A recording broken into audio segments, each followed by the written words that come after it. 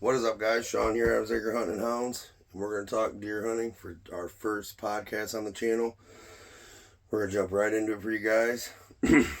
So, let's have a sip. I'll go over my list so I don't get off topic too bad for you guys. But, like I said, I'm Sean. Avid hunter, big time, hunt everything. But since it is deer season in Michigan, it's where we're from, we're going to jump right in, guys. Maybe help you with some next year tips, help you with some this right now season tips, and let's get right into it. I own a tow business, and these are my dispatching computers. So, it's 5:30 in the morning. I'm almost positive something's going to come through in a minute. So forgive me if you hear doo-doo-doo. I'll have to dispatch a driver. So, without further ado, we're going to jump right into this, guys. And that is going to be before season scouting, before season tactics and planning. What to look for. Don't mind this thing on my nose, guys. I have been sick. If you've been watching any of the videos. And boy, are my sinuses kicking me. Guys, yeah, let's just jump right into it. You know, before season scouting, tactics, whatnot. One of the number one things I always look for is food sources. That's the first thing I look for on public, private, wherever I'm hunting. Across the map. You know, deer do eat a variety of everything in the forest. You know, they don't tend to eat like pine needles and whatnot, but they do eat a lot of everything. But they have, you know, main sources that they go to, obviously like a cornfield and whatnot. Easy eating. But, you know, acorns are a big natural food source for deer. They hold a lot of nutrients that they need. So I always look for oak trees, you know. Any type of tree that drops nuts is what I look for. Because if there's a food source, there's going to be deer. Okay? You know, and I don't want to touch on one subject too much, so we'll move right along. You know, food sources, guys, will be cornfields, bean fields, hay fields, you know, acorns. But with that said, you know, we'll jump on to, I look for heavy trails, you know, scrapes, last year's scrapes, previous, current scrapes, because if you don't know, you know, deer do use scrapes all year as a communication tool. So, and I use scrapes a lot. I do a lot of the rope-a-dopes or mock scrapes and make them. And I look for bedding areas is another big thing that I look for. And I'll go sit with binoculars and I'll watch spots and just scout. And, you know, I'll go to a field that has a bunch of deer and kind of look at the different deer, the ages, the stock, you know, bodies, you know, are they healthy on that land? What are they mainly eating as they're passing through? You know, your homework really does help, guys. It really helps you lock down their patterns, you know, till you start getting into the rut and whatnot. But bedding areas, you know, drinking areas is another one. Here in Michigan, there's water everywhere, so it's not a very big one, but it does help. You know, if they stop at a puddle on their way to you, it might give you a shot opportunity. I don't like to set up too close on bedding areas, but we'll get into that when we talk about setups. But, you know, bedding areas, bowls, you know, public land, I love hunting like a big bowl in the property or a ridge that overlooks a bowl. You know, pinch points, funnels, where they all kind of come down into something. Low points on properties and things like that. And public land hunting, I do a lot different than private land hunting. We'll get into that as well. But, you know, track direction, you know, when you go and you're scouting and you're seeing a heavy tracks, what way are most of those tracks from? If you follow those tracks, here's the thing, guys, when you go scouting, you should treat it like you're hunting. You know, descent, be quiet, wear camouflage, you know, everything you would do to not spook a deer when hunting, you want to do when scouting. You want to be as stealthy as possible when scouting because you don't want to blow them out of that area, you know. And then I always stay back out of a bedding area, but I will use a run, you know, a heavily traveled path to track back into their bedding area and get up in it and, you know, get on it where it goes or follow it to a food source. You know, public land hunting, guys, here is, I just put the video up today. I had 3 different people kind of ruin my hunt for me this yesterday evening. And public hunting land, you're sharing it, and you have to understand that. So you want to get as far back in, or as thick, or as close to a bedding area or a food source as possible that gets you somewhere that a lot of other people don't want to go to. And typically when I hunt public land, and we'll get into this more too, I do like a day pack. I don't leave stands. I don't, you know, Michigan, we have a big problem, people breaking into cars and parking areas. We have problems with people stealing stands and blinds and just everything, okay? But let's not get off topic too much, you know. We're gonna try to move us along. I've never done a podcast before, guys. Leave it in the comments, you know, give me some tips, give me some pointers, tell me how you like it, tell me what I could have done better. It's something I'm gonna do once a week. We'll drop a podcast, and I'll start going live once a week. So if you guys are interested, like and subscribe, you know, that helps me, and I'm trying to grow my channel and get it out there. So for those of you that have stuck around this far, you know, thank you, and I appreciate the like, subscribe, comment, whatever you can do to contribute to help me out. When I'm scouting, a lot of times I'll track back in a track, and I'll sit up, like if I'm deer hunting, I'll lean up on a tree or take up my pop-up blind with me and just sit and watch and see what comes through there and what type of trap there is. And I also, another thing when I hunt public land is, even private if I get permission, I look in through the woods for the different trash, you know. Public land, you get an area and there's a lot of garbage, don't plan on hunting that spot, because you're gonna have people in there under your nose when you're hunting.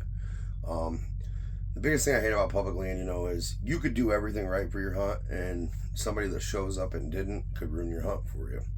You want to be out of the way, out of the path, whatever. So if you got a track back in on a deer track, you know, half a mile to get into their bedding area, but you get in a real good spot, and then you find a different path to get in, set up on it, on the edge of it, you know, where you can catch a corridor where they're traveling through, you're gonna have a lot of success on public land.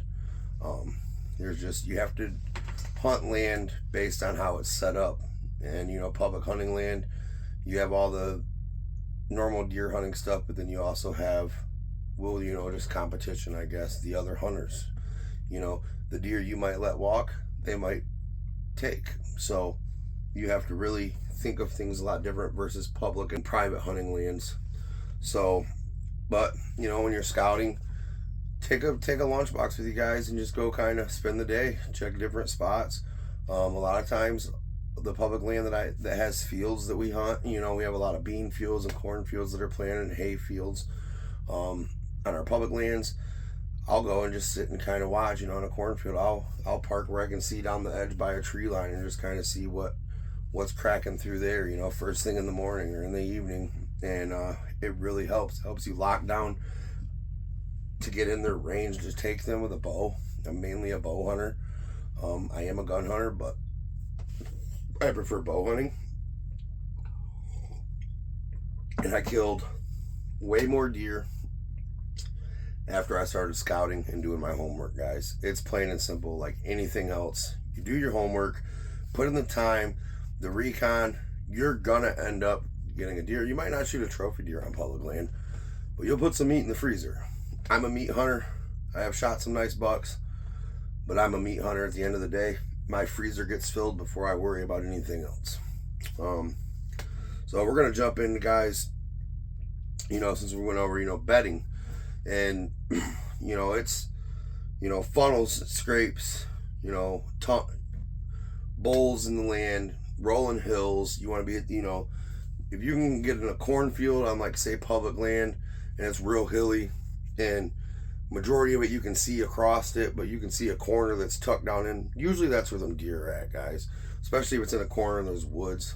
The video I posted today was lying down on a corner on a pinch point, and we actually had a big 10-point come out. My daughter didn't shoot it. When their video gets posted, you guys will see the different things. But basically I locked down on those deer and knew where they were coming, and I used the advantage of that bean field being rolling hills and knowing, okay, this is a great place for them to be hidden. You can't see it from the road. You can't see it from across the field. They're down in the lowest point of the field in a corner with a big thick area around them on the edge of their bedding. So don't push into it, guys, you know, into your bedding.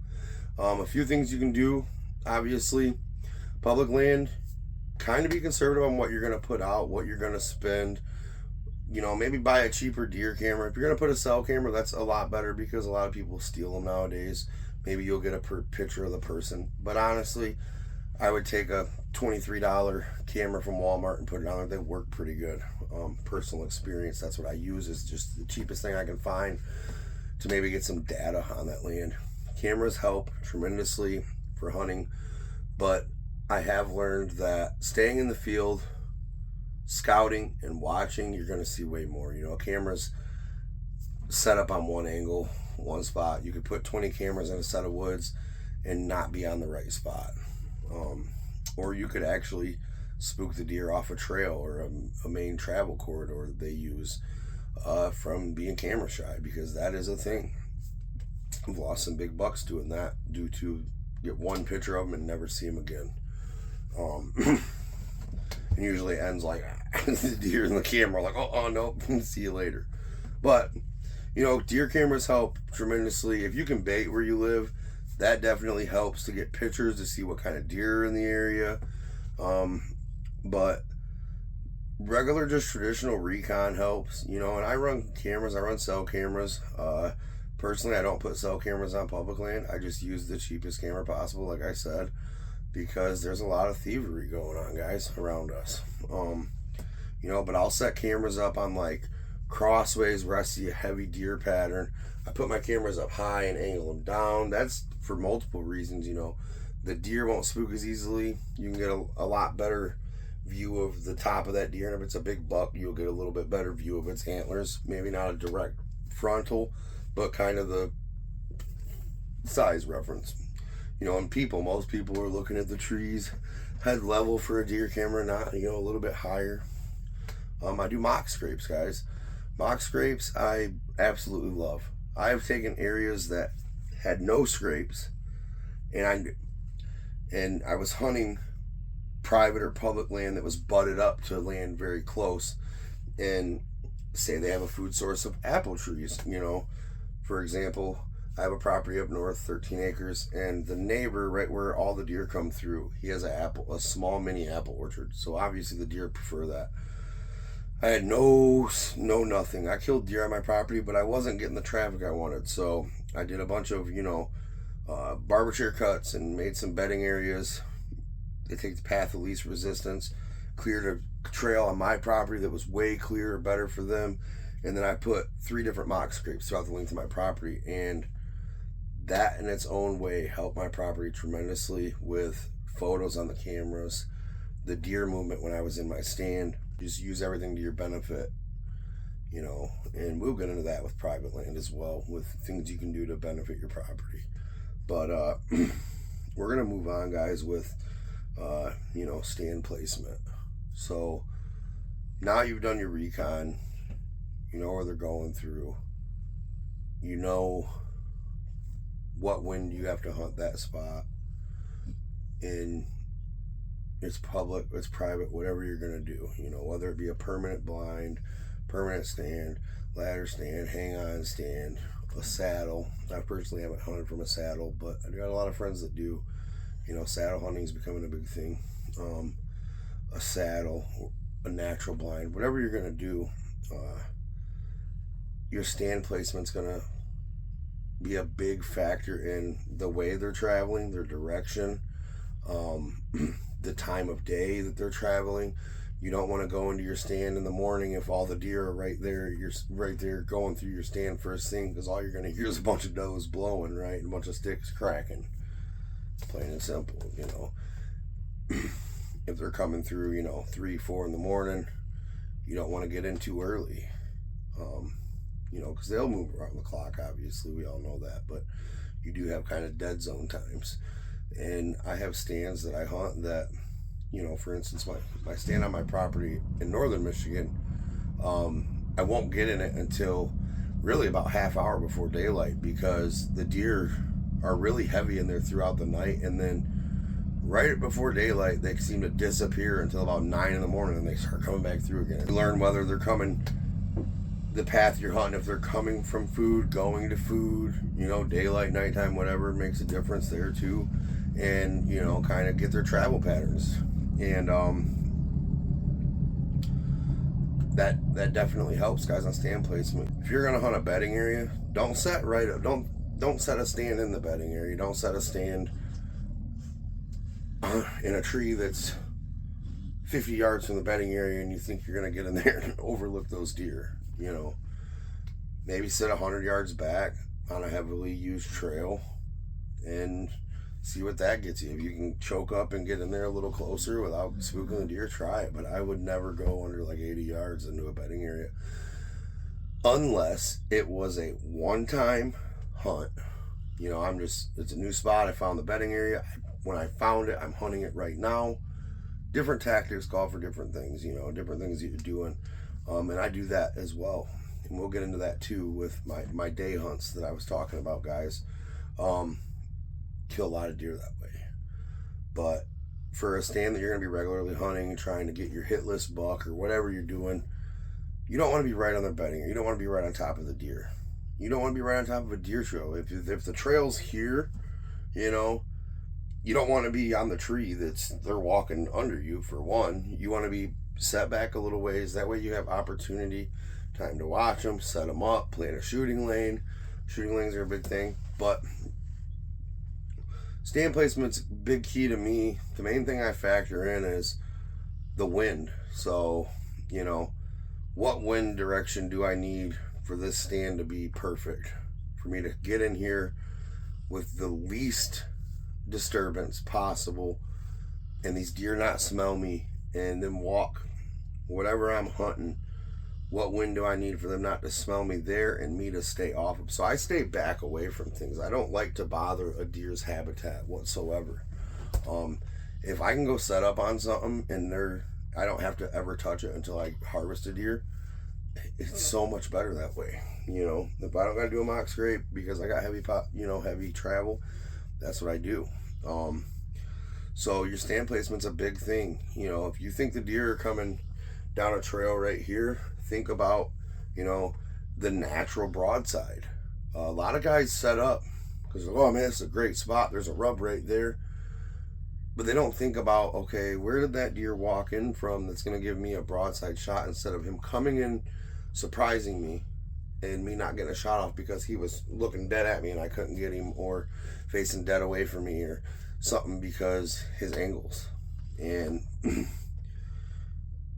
I think a lot about that, guys. You know, watch the direction of their tracks, watch the disturbance in the ground, leaves being crunched up, the grass being pushed a certain direction. It's going to tell you where they're walking, and it definitely helps and comes into play on having a very successful hunt over repeated hunts that you didn't see anything, or you might have seen something and it didn't give you a shot. You know, that happens to all of us. I've had some monsters coming on me, guys, over the years. Trophy bucks, seriously, that I never even got a shot off of. And I never even told you, because I'm like, you know what? It's going to be one of those things where like, oh yeah, you had a big buck. And I just never told them. You never even, it's just like, I messed up. And I learned and I corrected that over the years. You know, and with your stand placement, guys, you want to make sure that you're not blindsiding yourself with something. So like me personally, I like bushy trees that I have good cover in, but I have a good direction towards my shooting spot, and I kind of like to pinpoint a kill zone, whether it be on a bait pile or just a certain spot in a track where I'll stop them and that's where they're getting killed. That's everybody's plan, but you have to also have your variety of it on the fly if it comes in over here or whatever, especially when the rut kicks in. You really don't know. You want to have good shot opportunities. But if you set up and you kind of pre-plan, like they're coming here, so if I stand here, they'll be broadside by the time they get right here. This kind of covers me to draw. You know, they're paying attention over there. They're not in I'm not even in their thoughts. So if the wind is, always hunt with the wind in your face, guys. So many days I get up to hunt and the wind, and I might be planning to go to one spot and the wind not be what I wanted it to be, and I'm like, no, what one? I'm gonna go to this one instead. I've killed way more deer and spent way less time in the woods by hunting the wind. I mean, I can express myself enough. You can go out there in a full-blown orange suit, not spray any scent killer on, be loud getting in, and if that wind is perfect and your timing's good, you might have Mr. Big come in and you smack him and put him down. That's why you hunt the wind, guys. Hunt the wind, hunt the wind, hunt the wind. Set your stands up for the wind that gives you the best shot opportunity based off the scenario you're building in your head of what you want to happen and what could happen based off what the land is providing you for evidence of what does happen there, right? Stand placement's a big thing, guys. Whether it's a blind, a blind, guys, I see so many people just pop it up. You'll drive down the road and past 20 fields, and every field you can just sit there and point out their blinds or their tripods or their big wooden stilts or their redneck blinds. Redneck blinds are obviously a little different. They're up there, they're dark colored. Most of the time they're blending in with the tree line. That's why they're the color they are. But you need to brush your blind in. And I'm a duck hunter, I'm a waterfowl hunter, so I know how important a hide is. I had a spot that I hunted that was very close quarters. I had to sneak into my stand, my blind, and I hunted a pop-up blind there, and I had to be very careful going in and out, and my farthest shot, I kid you guys not, was 11 yards. Every time I hunted that spot, I killed a deer. Basically, a guy's like, hey, I got, hella deer on this property. I'm getting ready to build a house. I got this going on, that going on. I just want them gone. Come in and just take them. So I did a big doe thing, and every single one of them does that I shot a nice 8-point there as well. I shot at 10, 11 yards. I had a shot farther than that, but they never gave it to me. It was always boom right there. I kind of locked in on them. We could bait at that time, so I had bait out, and it just worked. So your blinds, but that's the thing. My blind was brushed in. I mean, if you didn't know where it was, you wasn't going to spot it very easily. And I don't leave my windows open when I get out. I always zip everything up, and boom, I keep it locked up, keep the shadow to where they don't get to look in there and be like, oh, what's this? I keep the windows closed. Brush your blinds in, guys. Brush them in. If you're hunting a hay field, put some hay on that thing. It doesn't matter. Go get some dead branches, cut some branches, break it up. When you set your blind, don't go set it in the middle of a field. Set it to where you don't get silhouetted. Set it to where the deer don't come to the edge of the field and like, what is that big square thing in the field? I always think about behind me when I'm hunting. So like in the video I just posted, guys, I got right up under a fallen dead tree that broke up the silhouette of the blind, made it hard to pick me out. Great. I put busted branches all around the front of me. I brushed it in. That couple extra minutes of work, guys, can help you get a monster. Brush your blinds in. Those of you that don't, those of you that do, great. Private land, you have the ability to have permanent structures and permanent blinds. So when you're doing those things, think about long term, right? Or make it to where you can move it easily. Build it with lighter materials. Because if you build it in the wrong spot and you didn't do the recon, and your window's facing this way out of your wooden blind that you built, and then all the deer are behind you, you can't just lift it up and turn it around or sneak out and get out real quick to shoot. It's going to be a lot harder, right? So just put in the extra effort. I had a property that I built a tree blind, and I absolutely loved that thing. I killed a lot of deer out of that thing. It was comfortable. It was, had heater. It was no different than a ground blind, but up in the tree. And I had that thing so dialed in on where the deer traveled through that it just worked. I had another property where I had a ladder stand, a double man ladder stand with the blind kit on it. And I put it in the wrong spot. And this is when I was a teenager. I was sitting and facing this way, and the first day I got in that stand, a big 8-point, a small 6-point, and a bunch of does came 15 yards behind me, like right here. And I'm like, oh my God. Next day, same thing. I'm like, oh man. So the third day I spun that sucker around, and I ended up shooting a small 7-point out of that stand. But that's stand placement. I could have shot that big 8 the first day if my stand was placed properly, right? You know, all the shoulda, coulda, wouldas of the hunting world. Do the work, guys. So, you know, stand placement is a big important thing. You know, public land, guys. Now we're gonna get into some hunting tactics for you guys. Public land. So I very much prefer. I'm getting ready to do it today, guys. So I have a very small pop-up blind, very easy to carry. Everything I take when I hunt public land is I'm going, setting up. When I'm done hunting, I'm leaving. I'm taking it all with me. It's easy to handle, maneuver, not make a lot of noise. Quick setup, quick takedown, you know, in and out, you know, and there's, say I go out this morning, I'm going to a spot where I scouted yesterday, had some deer crossing in there, and I'm going to get set up on them this morning. So have my blind, I have my brush out spot already set up. I just got to get in there with the blind and bing, bang, boom. You know, if you go out first thing in the morning, if you've already pre-scouted, it helps. If you're going to a new spot and you're like, I'm going to go in here and try to get on something, you know, look for rubs and scrapes and all that stuff, guys. You know, hunt the rubs when you got everything coming in and whatnot. Rubs help you too with public land a lot. Just know that there's other people out there doing the same thing.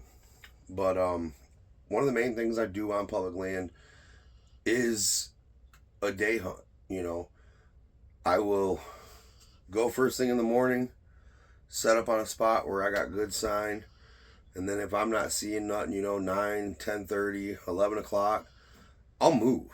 You know, midday, kind of check the signs as I go, kind of follow the tracks in. Might get another spot that seems pretty traveled, set up, sit there, you know, 2:30, 3 o'clock rolls around. Well, let's say about 2:30, 2:30. If I haven't seen nothing, I'll follow it in, try to get into their bedding or their feeding or whatever, and set up there, you know. And then by the time dark rolls around, I've hunted the majority of that. I've covered a lot of ground, done a lot of recon, and I'm heading back out of there. And then I just sneak out of there as much as I can. And I also hunt the wind. Public land, man. When I post the video, guys, of the girls' youth hunt, you would not believe it was public land. Granted, it was the youth hunt, but you would not believe it was public land. We had a massive 10-point come out on my middle daughter. She would not shoot. She ended up, you see in the video, she would not shoot the doe. She just couldn't do it yet, which, no pressure, she'll get it. But it was I was like kicking myself, I'm like, oh man, you don't even understand this buck that you're turning down right now on public land. But it was like a big 10-point, a small 6-point. I think we had like 6 does in front of us. You guys will see them in the video when I put it up. But anyway, you know, I hunted the wind there. We weren't but 60 yards, 80 yards from the truck. We snuck in on the edge of the bean field. I built a natural blind real quick. I keep little cutters, guys, little pruning cutters in my hunt bag at all times, especially for brushing in. Good tip to have in your bag is a set of hand pruners. You know, no different than a little quickie saw, but the pruners I just find for brushing in, even a natural blind real quick, they're amazing. Especially when you do things like set up on quick blinds. But public land tactics, you know, I'm hunting main travel corridors, and I try to get deeper in the woods. I had a spot one time, this is 4 or 5 years ago. I got probably almost a mile back into the public land before I started seeing any real sign of deer. And I hunted my way back in there, and then the evening hunt, I mean, I had a giant come in. Still to this day, I don't know what it was. I don't know if it was a 6, a 8, a 12, or whatever. He was just big, massy, huge. And what I did is I had made my way through, and if I don't take a pop-up blind, I take a hang-on stand. I haven't got into saddle hunting yet. I might. But I always used to hunt with hang-on stands, guys. And I had a hang-on stand with the backpack straps and my sticks. I had strapped. I have a good pack that holds my bow and everything, you know. And go hiking. And it was bow season, so I just followed sign as best as I could. And I got like 3/4 of a mile back into this place. And I'm like, man, there's not really much sign. I found some here, no spots I really wanted to hunt. Kind of this little grove of oak trees. There's train tracks right here. And I'm like, okay, you know, I can walk down the train tracks to get here now. And now that I know that they run up to this, and I put a marker on my Hunt Stand app. And this is before onX, guys. And got there with my hang-on man and got set up. I swear it was probably 35, 40 minutes, dude. I set up on his rub. He had like a rub line going in there, and absolute monster on public land came in. This is before I ever even thought about recording anything, but it was just so cool because I was like, man, that just worked. I was like, the wind's good. I set up to where it was blowing into my face, but it was already naturally the way that I had walked into it. I didn't really spoil anything. But yeah, that's a big thing with public land, guys, is those day hunts. You know, if you're going to put a stand up, lock it down, put a camera on it, you know, whatnot. Just keep in mind that a lot of people thieve. There's a lot of thieves and a lot of people that just do destruction. I mean, 2 years ago, somebody kicked my ladder stand's ladder in on public land. We went out opening morning of youth season, and the stand was caved in. Oh, it was 3 years ago. And it was like, wow, yes, we're going to sit on the ground below the tree stand. And that was public land just because somebody had a problem with sharing it, right? But, you know, private land, you know, you got food plots, guys. You can put food plots in on public land, do the throw and grows. You know, it might not grow the best, but it might give them a food source that gets them to kind of earth wherever you're wanting. But me, public land, I bounce around. I don't permanently hunt one spot. I'll hunt 3 different spots in a day.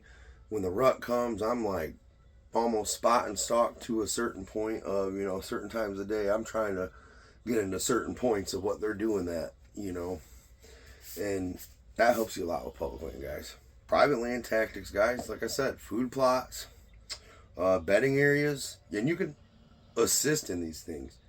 You can better your property, you know. Make sure you got good thick areas, you know.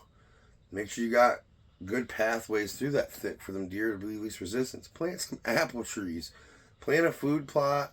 Plant corn right in the middle of the woods if there's a sunlight spike. Drop a couple trees in a bedding area. I mean, I've done all of it, man, and it helps. Just as much as you can add for those deer to want to be on your property, do it, guys. I mean, food plots, water sources, go get a frog pond. They give them away free all the time. And just let the rain fill it up, and they'll stop and drink at it. You know, the mineral blocks, if you can bait, the mineral box, the apple buck jam, things like that. I used to take apple buck jam when we could bait here in Michigan, and I would run it down the length of the trail that I was trying to get them to take to get into my property from other property. I would basically go from the property line and just let it all the way in because it absorbs in the ground, and you'd go out there and they would have the leaves and everything, just a clear line where they've cleaned that path, eating the dirt basically for that stuff. Private land, that's the benefit, guys. You can really help your private land with a lot of different things, and food plots is a big one. You know, staying off of it's another big one, you know, when off season comes. I love private land to have multiple cameras. Another big thing I do on private land is the mock scrapes, guys. The rope-a-dopes, I started using those. I love those things. I used to just do a typical hanging branch, licking branch, set up with a shoestring, kind of like the rope-a-dope. I still do those too. I just, every once in a while, do the rope-a-dopes. But, you know, then I pee in the scrape and get out of there after I get a camera set up on it. Now we're going to talk about hunting the wind, guys. And I know a few minutes ago I was very clear about it. If you want to be more successful and not have to spend, you You know, it's not beneficial to spend every day in the woods, all day long in the woods trying to get a deer. If you start hunting the wind and hunting the perfect elements of that hunt, and you have different stands set up, like I have rut stands that I don't touch. I don't go anywhere near them until I know they're full on rutting, you know, because that's what they're set up for. But hunting the wind, always have it in your face. If you go, say you have a public land and the pull off's here, but the wind's blowing your scent in, find somewhere to pull in a ditch or walk around until you feel the wind in your face before you even enter that property. It's going to help you so much better. Hunt the wind. You'll spend less time in the woods, more time shooting deer and seeing everything. I mean, coyotes, everything will end up coming in on you. As long as you're hunting the wind, hunt the wind. I cannot express that enough. Plan it on your Onyx hunt stand. You know, they all have the windage on there. Plan your hunts out, you know, the night before. What's the wind supposed to be in the morning? And don't just go off the app. Finger test, wind checker, whatever. As you're moving through those woods, if you're on public land and you're doing like a bounce around thing, check that wind before you ever move, guys. Make sure it's in your face at all times. Because you might just be walking and see a big buck or a nice doe. You know, hunt the wind. Hunt the wind. And I tell everybody gets so mad at me that I hunt with or that I've helped hunt. I've helped so many people in my family and buddies, you know, showing them hunting, teaching them tactics, tricks, and them being successful from it. And just off teaching them to hunt the wind, so many of them have had done so much better. You know, I hunt the wind. I only hunt the wind now. I don't hunt as much. I went out yesterday for the first time this gun season. I'm hunting public land, and I waited till my spot had good wind, and then I got it ruined by the hunters in the video I posted, guys. But, you know, rut tactics, you know, pre-rut, rut, post-rut, you know. My rut tactics are, you know, earlier in season, I'm going to rattle and lightly grunt. I'm going to soft rattle. You know, a common Google search can tell you guys a lot of what to do. A lot of videos. My biggest thing is rattling. I don't really rattle when it kicks off. I do more of, you know, buck urine or doe estrus, and I run my drags 400 or 500 yards, guys. I don't do a little short drag or just hang it up. I run a drag, and I've had deer where I've ran a drag, got in my stand halfway up the ladder, and I turn around, and here comes bucks trailing that scent, and I like have to freeze. And matter of fact, I had a giant, actually a couple giants. It was 3 bucks, all trailing this hot scent that I just put out, and it was special golden estrus, I will say that. And I ran this drag for like 400 and something yards out of a big marsh up into my stand, and I did a loop around, gave myself shooting areas with it, and I just run my drags longer. But I got in the stand, and remind you, I was the only property that was private land that was able to hunt, and I had 11 acres, and I lived there, and I had a small apple orchard and stuff on my property, but it was butted up to about 800 acres of prison property that is untouchable, and I ran that drag the length of my property, and them deer just came out of that marsh where the prison property was, and they were giants, guys. And I got on my ladder, I'm on my climbing sticks, and I'm like froze looking, and I got this big buck like 15 yards right here just dead staring me. I'm like, please let me get my bow. Please let me get my bow. It was still on the string. I never even got over the tree, and them 3 took off. I've always been a trial and error type of guy too, you know. I'll test things when I'm in the field just out of curiosity. But that's, you know, pretty much it for the rut that I do. Post rut, I'll do a lot of tinning grunts, heavy rattles, you know. Once they're locked down, basically I try to get into where they're laid up at. That basically concludes my first podcast. Hopefully you guys like it and enjoy it. Please like and subscribe. Drop comments, like I said, guys. Give me some info, what your thoughts are. Show me some love. Share it, like it, subscribe it. It all helps. But that concludes Adams Acres' first podcast.